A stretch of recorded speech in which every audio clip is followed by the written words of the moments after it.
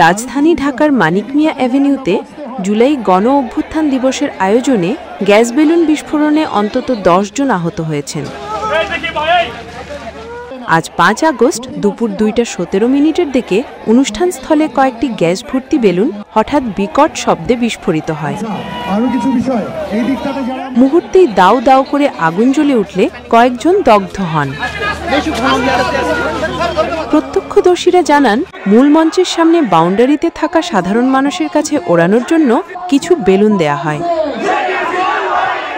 এটা সূত্রপাত হলো বেলুনের ভিতরে গ্যাস ছিল, যে ওই গ্যাসটাই আর কি আগুনের সূত্রপাত। ওয়ালটন এখন দেশের সীমানা পেরিয়ে পৌঁছে গিয়েছে ৫০টিরও বেশি দেশে।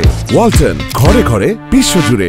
কিন্তু বিস্ফোরণের পরপরই উৎসব মুখর পরিবেশে আতঙ্ক ছড়িয়ে পড়ে। আয়োজকরা প্রাথমিক চিকিৎসা ব্যবস্থা চালু করার পাশাপাশি দগ্ধদের হাসপাতালে পাঠিয়েছে। জাতীয় বার্ন ও প্লাস্টিক সার্জারি ইনস্টিটিউটে নেওয়া আহতদের মধ্যে ২ জনের অবস্থা গুরুতর বলে জানা গেছে। একজনের অবস্থা খুবই ভয়াবহ, তার শরীরের সব জায়গায় পুড়ে গেছে। আল্লাহ জানে ওনার অবস্থা কতদিন জানি লাগে, ওনার প্রায় ২ মাস লাগবে নিশ্চিত। আহতের সংখ্যা প্রায় ১২-১৩ জন। যদিও আইন শৃঙ্খলা রক্ষাকারী বাহিনী ও আয়োজকরা দ্রুত পরিস্থিতি সামাল দেন।